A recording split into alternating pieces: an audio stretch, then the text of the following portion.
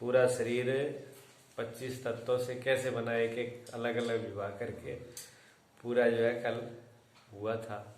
अब आप नहीं सुना इसलिए थोड़ा सा दिक्कत होगी। ये पाठ ऐसा है, तो 1.5 घंटे का सत्संग था, वो दोबारा दोहराने में टाइम लगेगा, लेकिन मुख्य मुख्य बात है, देख लेना उसको। पर उसका प्रयोजन क्या था, उनका कहते हैं प्रयोजन यही था कि ये मैं नहीं हूँ। प्रयोजन का मतलब होता है उसका सार, मतलब क्या हुआ, प्रयोजन मैंने मतलब ही होता है ये बात कहने का क्या मतलब है, क्या प्रयोजन है, क्यों कही जा रही है, सारे तत्वों को अलग अलग करके क्यों बता रहे हैं। क्योंकि ये यहाँ कोई आयुर्वेद तो सिखाना नहीं है, डॉक्टरी करनी, लेकिन फिर ये बताने का क्या मतलब है। तो उनका ये भी, ये तत्वों को हमने अपना मान रखा है, हिस्सा मान रखा है। ये 25 तत्व हम नहीं है। इन 25 तत्वों को जानने वाला मैं दृष्टा, घट दृष्टा की न्यायी, इनसे न्यारा हूं मैं। घट कहते हैं घड़े को। घड़े को हम जानते हैं, तो घड़ा दूर रखा हुआ है, हम दूर हैं। जानने वाला हमेशा ही दूर होता है, एक नहीं होता। जिस चीज को जाने और जो चीज जानी जाती है वो दो होती है। अब तो शीशा देखते हैं, शीशे को मुंह के आगे ऐसे चिपका लें तो मुंह नहीं दिखेगा, थोड़ी दूरी चाहिए ना, थोड़ी सी दूरी होगी तभी तो पता चलेगा। और जब बिल्कुल साथ में आ जाते हो तो हम जान नहीं पाता। आंख सबको देखती है, और आंख में काजल लगा ले तो काजल को देख लेगी, काजल को नहीं देख सकती। उसका कारण एक किया कि वो ज्यादा नजदीक आ गया, और बहुत ज्यादा दूर हो फिर भी नहीं दिखेगा। फिर आंख की क्षमता भी, इंद्रियों की इतनी क्षमता नहीं है कि बहुत ज्यादा दूर का भी देख ले, और इंद्रियों की इतनी क्षमता भी नहीं है कि इसकी कि बिल्कुल पास में देख ले। इसलिए जिसको एम कहते हैं ना, अहंकार कहते हैं, अहंकार सभी आदमी को दिखाई पड़ जाता है, दूसरों को, लेकिन अहंकारी आदमी को दिखाई नहीं पड़ता। जिसको अहंकार होता है ना, उस व्यक्ति को दिखाई नहीं पड़ता है। वो तो ये समझता है कि मैं सबसे बढ़िया हूं, मैं जो कर रहा हूं अच्छा ही कर रहा हूं, लेकिन दूसरे हर आदमी को वो अखरने लगता है कि ये इसको बड़ा अहंकार हो गया, ये अपने अहंकार में किसी की सुनता ही नहीं है, ये बहुत, क्यों वो दूर है, दूसरा दूर है। इसलिए जितने भी दोष और भी है, वो दोष सभी दूसरों के दोष दिखे जाते हैं, अपने खुद के दोष नहीं दिखते, क्योंकि अपने दोष हमारे नजदीक होते हैं।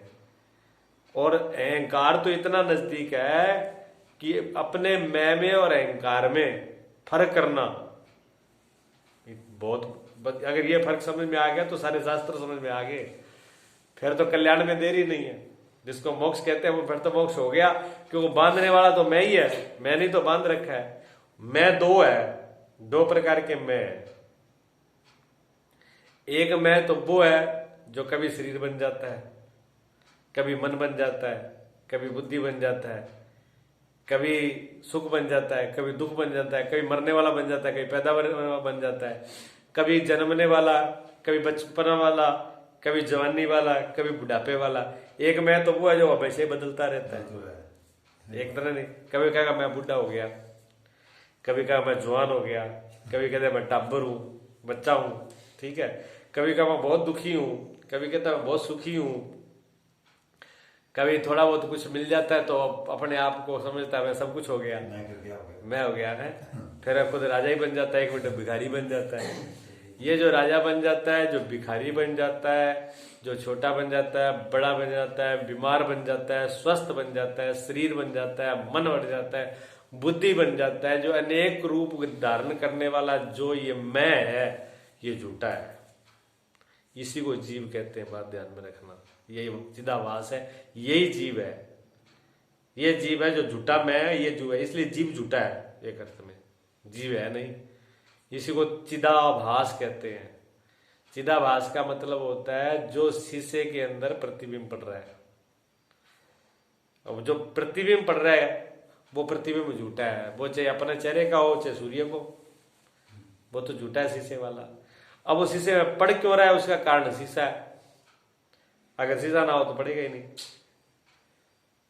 शीशा ही नहीं रहे तो शीशा क्या, अंतःकरण है, मन बुद्धि। तो मन बुद्धि चित्त अहंकार इनको लेकर के है। अगर मन नहीं होगा, नहीं होगा तो शीशा ही नहीं होगा तो नहीं पड़ेगा। और उस शीशे का जो इन सबको जानने वाला है। अब ये तो मैं हुआ सीधा बात, जो माना हुआ मैं, झूठा मैं, इन सबको जानने वाला एक मैं ऐसा है जो सबको जानता है। वो एक हमेशा एक सा रहता है, उसमें फर्क नहीं आता। जैसे अभी आप बैठे हो सुन रहे हो, तब भी कोई ऐसा अंदर जानने वाला है जो ये कह रहा है कि हाँ सुन रहे हो, और समझ बुद्धि की समझ में आ रहा है कि नहीं आ रहा वो भी बता रहा है, निर्णय ले रहा है ना कोई और कह रहे। फिर सपने के अंदर ये सारा सिस्टम खत्म हो जाता है, यहाँ वाला मैं खत्म हो जाता है। मैं पढ़ा लिखा हूँ, छोटा हूँ, बड़ा हूँ, सुखी दुखी, परिवार वाला, धनी निर्धन, क्या हूँ, गरीब अमीर, सब वो सपने में जाके भूल जाता है। सपने में फिर एक रचना और रच लेता है, सपने में एक सृष्टि अलग रच लेता है। जो भिखारी है, कई बार जो भिखारी होते हैं वो सपने में राजा बन जाते हैं। ज्यादातर भिखारी राजा होने के सपने देखते हैं। हर जगह वो ब्याह ना हो, वो ब्याह का सपना देखा है, सपना में जाके पूरा करे नहीं। जो मन के अंदर भावनाएं है, जो संकल्प है, जो मन में इच्छाएं चलती हैं, वो सपने में आती हैं। मन के अंदर एक बीमारी है ना, आपको अगर प्यास लगी हो, देखना आप सपना कैसे आता है। अगर आपको प्यास लगी और आप आलस कर जाओ कि नहीं सुबह पी लेंगे, छोड़ो एक बार सो जाते हैं। अगर आप सो गए और प्यास में सो गए तो रात को पानी ढूंढते फिरोगे जब पानी में तैरते फिरोगे, पूरा रात पानी का सपना चलेगा आपका, देख लेना ये बात। हाँ, और कई बार तो ऐसा होता है कि पेशाब लग जाती है और आलस होता है, उठ नहीं पाता, तो सपने के अंदर ही आदमी का जाके पेशाब कर जाता है। मन व्यवस्था करता है ना, मन कहता है कि नींद ना टूटे, सारे हटे सिस्टम बना देता हूं अंदर ही तुम सोते रहो। तो एक सृष्टि अलग बना दी उसने, एक सृष्टि और तैयारी कर दी। तो जो इच्छाएं होती है हमारी, किसी आदमी को देखो, जो आदमी भूखा होगा दिन में, अगर दिन में भूखा होगा तो अब भूखा तो सोया होगा वो, तो रात को बढ़िया होटल में जाएगा पूरी रात को मालपूड़ी खाएगा वो, अच्छा क्यों दिन वाली पूर्ति है वो रात में सपने में होगी ना जाके। तो जो मन में इच्छा रह जाती है दिन में, खाए पेट तो नहीं भरेगा, क्यों, सपना है, झूठा है। तो वहां भी झूठ था एक सपना, एक इधर सपना भी झूठ था। लेकिन इन दोनों को देखने वाला कोई था। इन दोनों को देखने वाला अलग है कि नहीं? इन दोनों को देखने वाला एक दृष्टा अलग है। गहरी, फिर दोनों सपने भी खत्म हो जाती है, गहरी नींद में भी सोते हैं। उस गहरी नींद में भी कोई रहता है जो नींद का ज्ञान करता है, वो है आत्मा, दृष्टा, उसको कहते हैं आत्मा।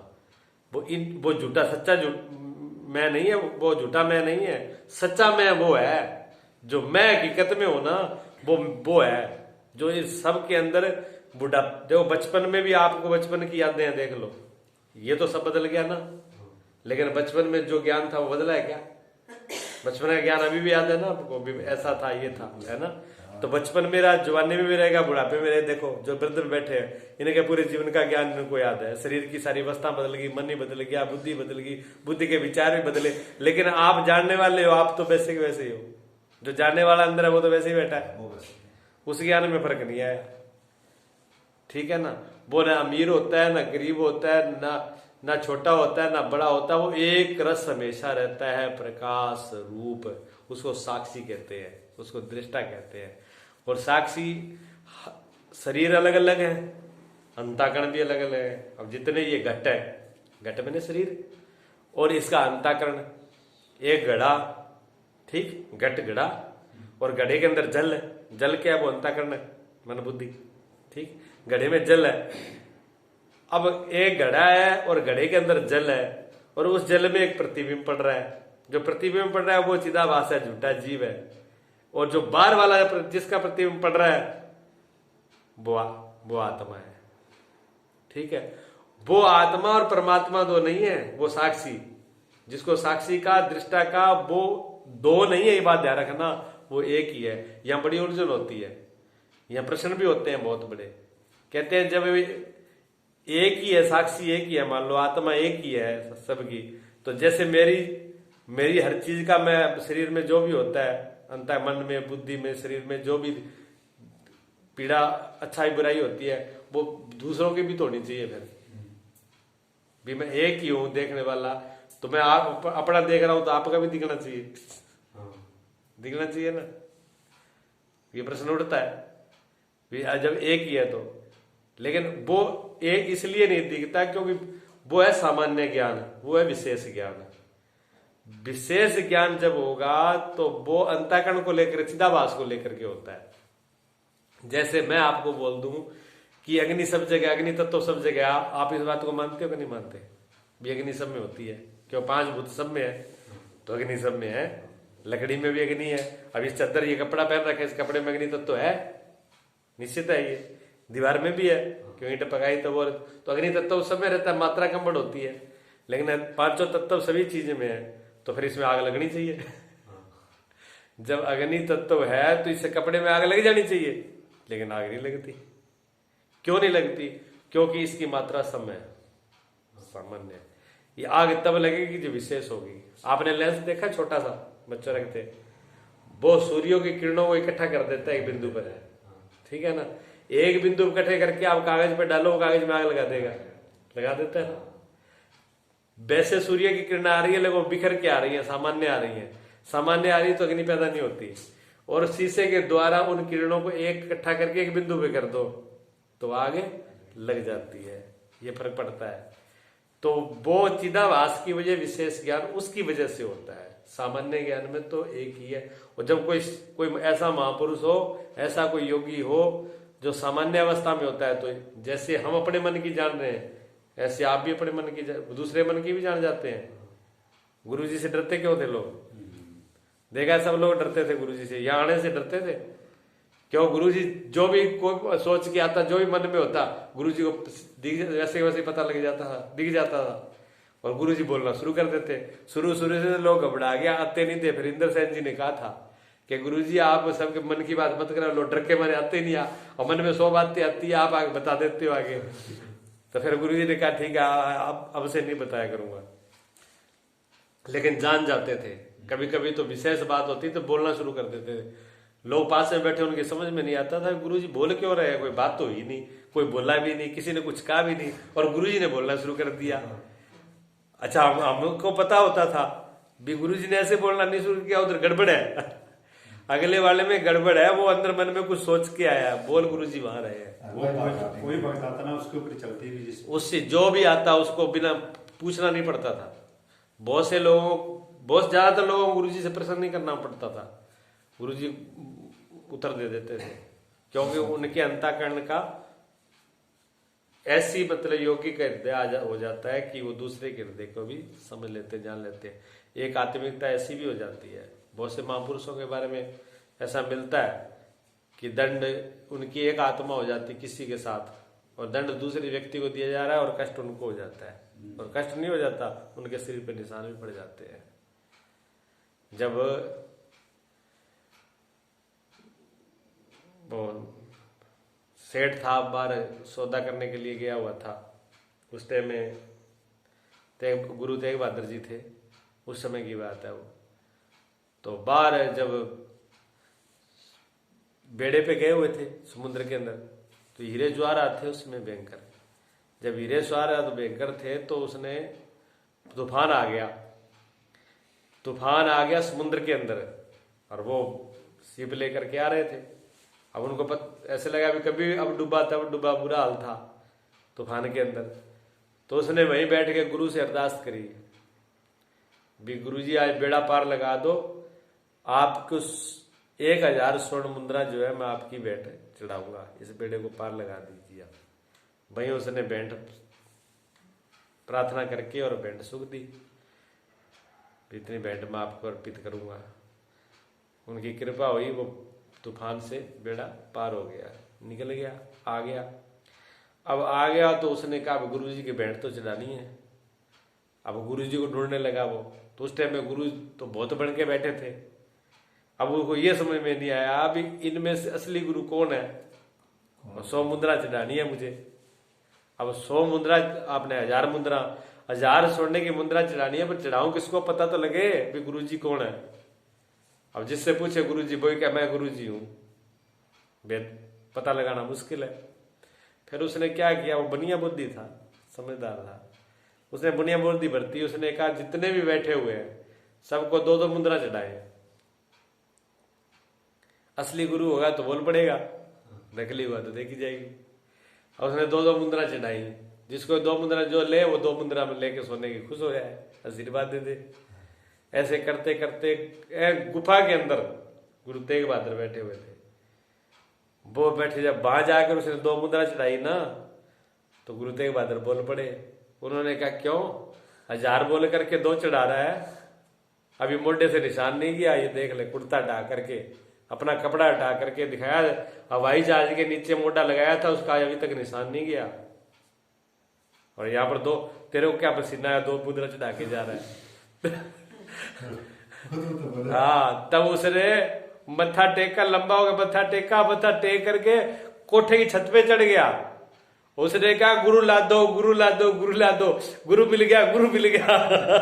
अभी तक कितनी देर होगी ढूंढते को, कोई मिला नहीं। असली गुरु तो यहाँ बैठा है अंदर लुका के, गुफा के अंदर लुक करके बैठा है, गुरु यहाँ बैठा है। वो तो नाचने कूदने लगा।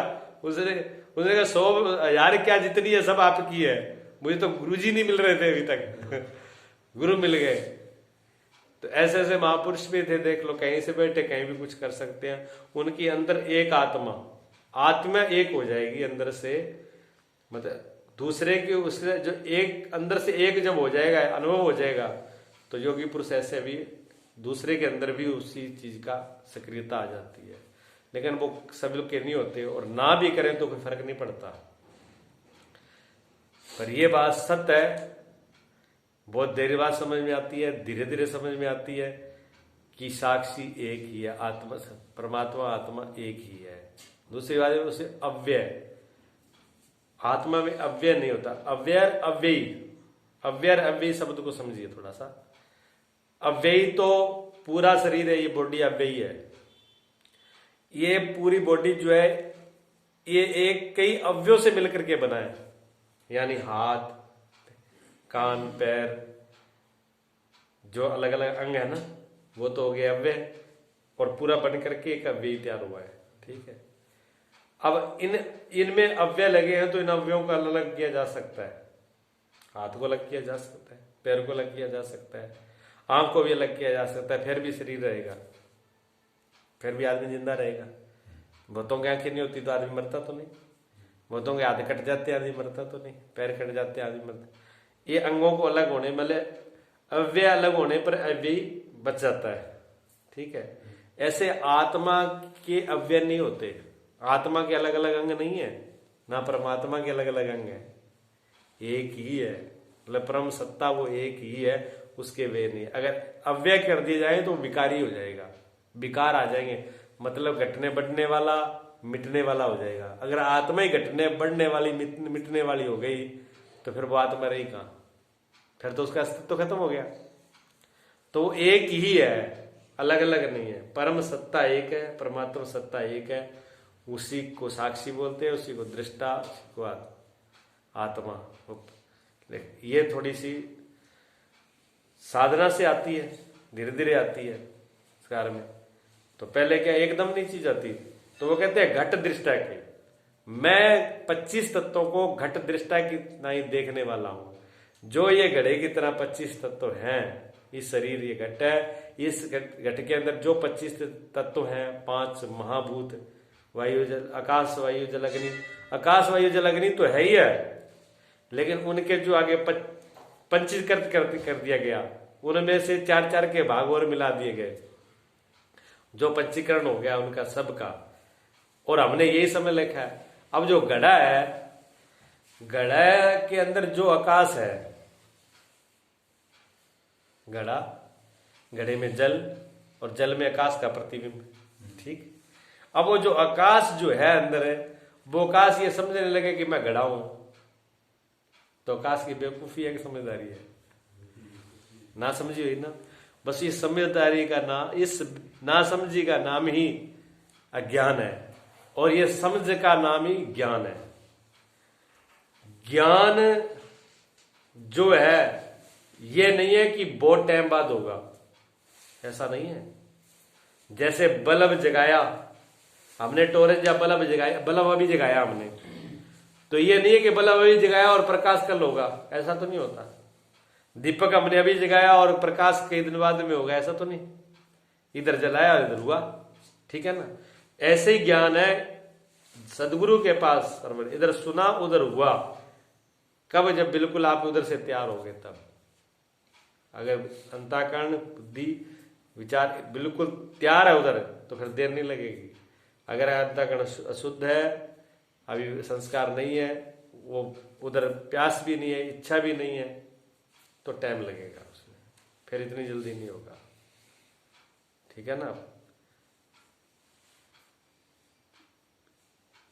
गौतम बुद्ध के पास आनंद जो रहते थे, उनके चचेरे भाई थे, तो आनंद घोड़ों के अच्छे मैर थे वो। तो उन्होंने, गौतम बुद्ध जब उनको समझाते थे, तो जो आदमी जो करता है वो इस चीज समझाए तो जल्दी समझ में आ जाता है। तो एक बार गौतम बुद्ध के पास कोई व्यक्ति आया, संत जो है, घूमने वाले वृत्त संत थे, घूमते फिरते आए। तो उन्होंने आकर के कहा कि प्रभु आप मुझे थोड़े ही शब्दों में और सार तत्व बता दीजिए। तो गौतम बुद्ध ने एक बार उधर देखा, बोले नहीं, उनकी तरफ देखा और गौतम बुद्ध आंख बंद करके बस मौन हो गए। और वो जो प्रावृजिक जो विरक्त संत थे वो पास में बैठे, उन्होंने गौतम बुद्ध को एक बार उन्होंने देखा और उनकी आंखों से पानी झरने लगा। और थोड़ी देर बाद में उन्होंने लेट करके दंडवत प्रणाम किया। उन्होंने कहा आपकी बड़ी कृपा है, मुझे आशीर्वाद चल दिए। वो वही आनंद खड़ा हुआ था। उसने कहा गुरुजी मेरी समझ में नहीं आया, ये तो एक बड़ी पहली हो गई भी। उसने तो पूरा पूछा भी नहीं, उसने तो इतना भी कहा कि मेरे जो मुझे चाहिए, जिस लायक हूं मैं, वैसे ही आप मुझे उपदेश दीजिए। और आपने जो है कोई एक शब्द भी नहीं बोला, आप एक तरफ देखा और आंख बंद करके बैठ गए। और वो भी बैठा थोड़ी देर और गदगद होकर के और आंसू द्रवित होकर के चला गया, आपका धन्यवाद करके चला गया। ना तो उसकी समझ में आई ना आपकी समझ में आई। और कभी कभी ये होता है कोई आदमी बोलता भी नहीं, आप घंटों बोलते हो, कोई पूछते नहीं तब भी बोलते रहते हो। किसी के साथ तो आप बोलते ही रहते हो और उसने पूछा तब भी आप नहीं बोले, ये पहली हमारी समझ में नहीं आई। तो गौतम बुद्ध ने कहा कि आनंद घोड़े 4 प्रकार के होते हैं। क्या वो घोड़ों का मैर था ना, कि घोड़े 4 प्रकार के होते हैं। कि हाँ, कि एक घोड़ा तो ऐसा होता है जिसकी लगाम छोड़ देती है। आपने देखा, आपने जो चोर लोग होते हैं ना, डाकू लोग होते थे, वो कभी